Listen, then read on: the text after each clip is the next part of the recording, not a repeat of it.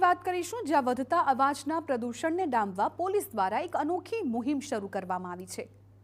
છેલ્લા ઘણા સમયથી બુલેટ બાઇકના સાયલેન્સર મોડિફાઈ કરવાનું લોકોને ભૂત ચડ્યું હોય તેવા દ્રશ્યો અવારનવાર સામે આવી રહ્યા છે, જેને લીધે મુખ્ય રસ્તાઓ પર ભયંકર અવાજવાળા વાહનો સાથે અમુક યુવકો રોમિયોગીરી કરતા હોય તેવી ફરિયાદોમાં વધારો થતા ભાવનગર પોલીસે એક મુહિમ ઉપાડી અને મોડિફાઈડ કરેલા બુલેટ બાઇકના સાયલેન્સરને કાઢી બુલેટ માલિકને દંડ કરી તેના વિરુદ્ધમાં કાર્યવાહી હાથ ધરી।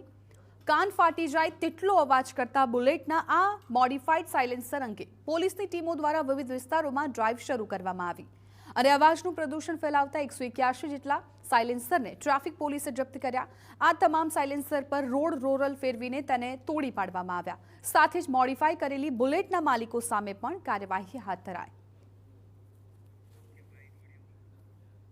નામદાર કોર્ટના હિયરિંગ બાદ આ મોડિફાઈડ સાયલેન્સરને ડિસ્ટ્રોય કરવા માટે નાશ કરવા માટેનો હુકમ થયા આવેલ હોય, જેથી આજે 181 જેટલા મોડિફાઈડ સાયલેન્સરને રોલર દ્વારા ડિસ્ટ્રોય કરવાની હાલમાં કામગીરી ચાલુ છે।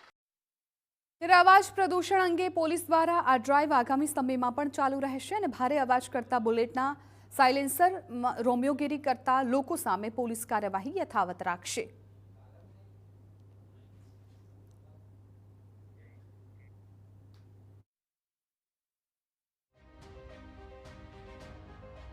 ભાવનગર શહેરના લોકોની ફરિયાદ હતી કે શહેરમાં અવાજનું પ્રદૂષણ ખૂબ જ વધી રહ્યું છે, જેમાં મુખ્ય કારણ જે બુલેટની અંદર સાયલેન્સર બદલીને મોટા અવાજે નીકળતા જે બુલેટના માલિકો છે અને ખાસ કરીને યુવાનો છે તે રોમિયોગીરી કરતા હોય છે, જેને લઈને ટ્રાફિક પોલીસ દ્વારા એક અલગ પ્રકારની જ મુહિમ ઉપાડવામાં આવી છે, જેની અંદર ટ્રાફિક પોલીસ દ્વારા આ પ્રકારના મોટા અવાજ કરતા વાહનોને ખાસ કરીને બુલેટના સાયલેન્સરો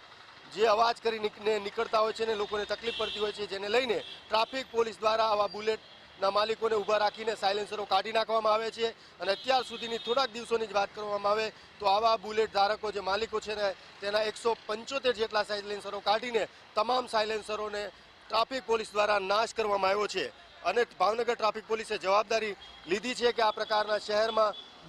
બુલેટમાં સાયલેન્સર બદલીને અવાજનું પ્રદૂષણ કરતા